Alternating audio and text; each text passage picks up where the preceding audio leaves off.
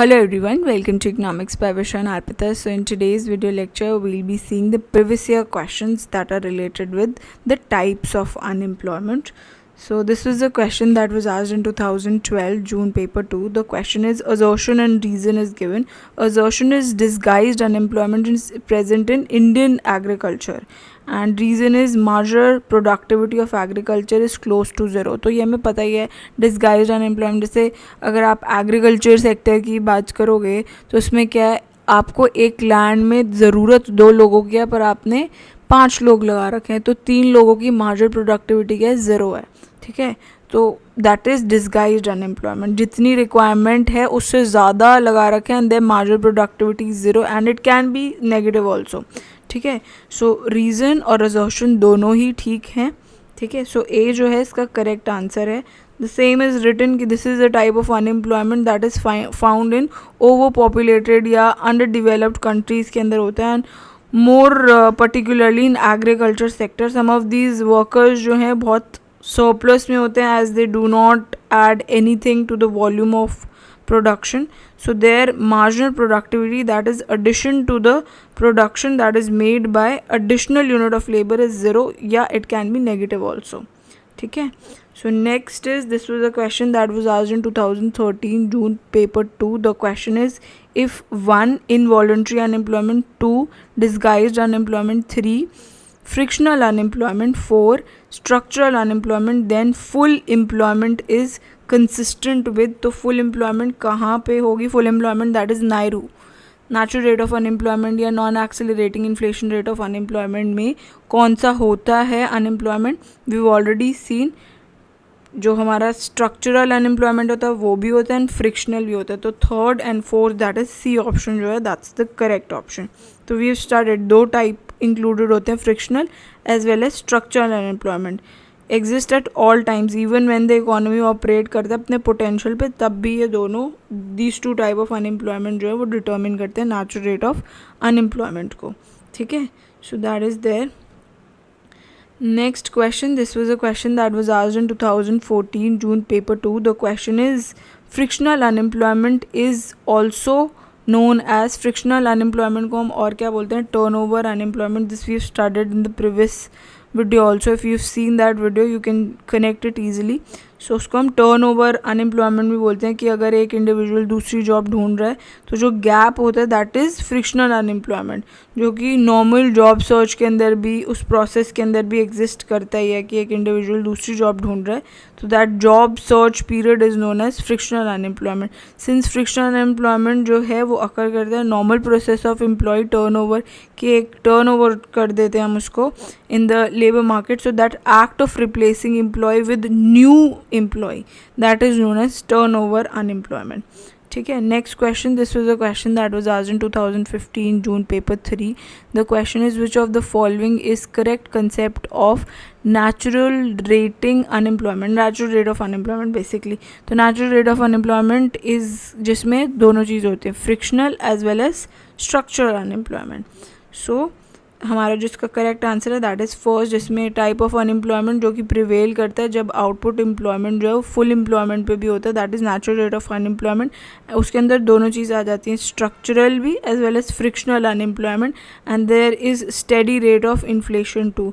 सो जो आइडिया है about the natural rate of unemployment that was developed by Milton Friedman and Edmund Phelps. ठीक है, next question, this was a question that was asked in January 2017 paper 3.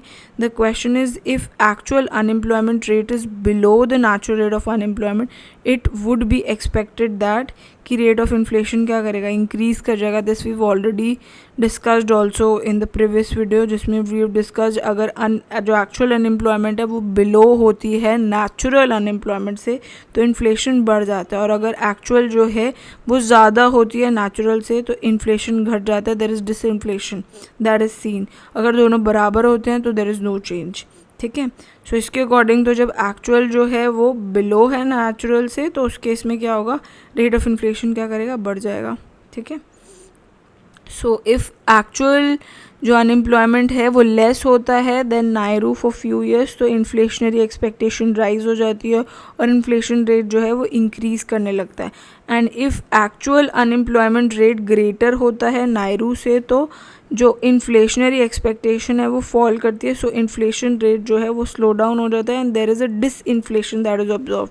अगर दोनों बराबर है, that is actual unemployment और नायरू जो non accelerating inflation rate of unemployment है, दोनों अगर बराबर होते हैं तो in that case inflation rate जो है दैट स्टेज द सेम. ठीक है. Next question, this was a question that was asked in July 2018 paper 2. The question is, non-accelerating inflation rate of unemployment means the rate of unemployment for which change in rate of inflation is zero. First जो है that's the correct option कि rate of unemployment जहाँ पे inflation rate का जो change है that is zero.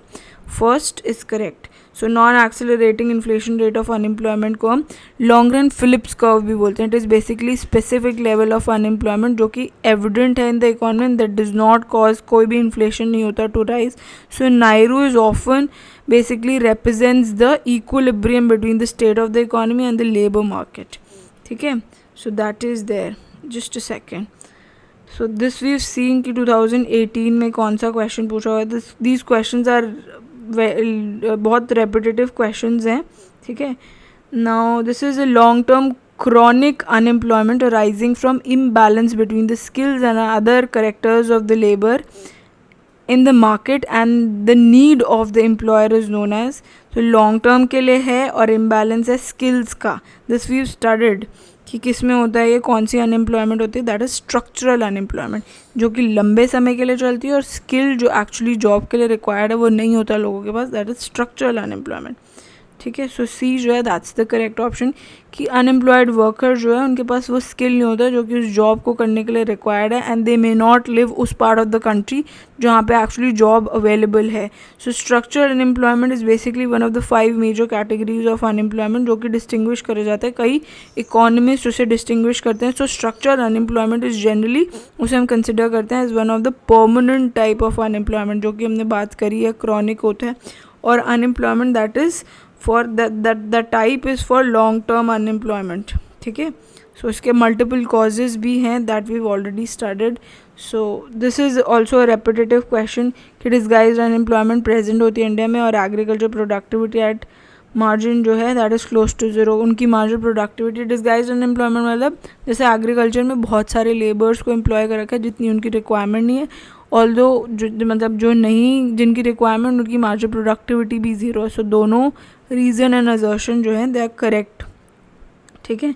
So type of unemployment जो कि over populated under developed countries के अंदर होता है and majorly particularly agriculture sector के अंदर होता है. And some of the workers जो है वो सरप्लस होते हैं, they do not add anything to the volume of production. So marginal productivity in addition to the production, उसके अंदर जो उनका एडिशन है, जो ज़्यादा लोग हैं उनकी मार्जिनल प्रोडक्टिविटी ज़ीरो है या नेगेटिव है. ठीक है. आई होप आपको सारे प्रीवियस ईयर के questions that are related to the type of unemployment अच्छे से समझ में आए होंगे. Thanks for watching. Bye bye.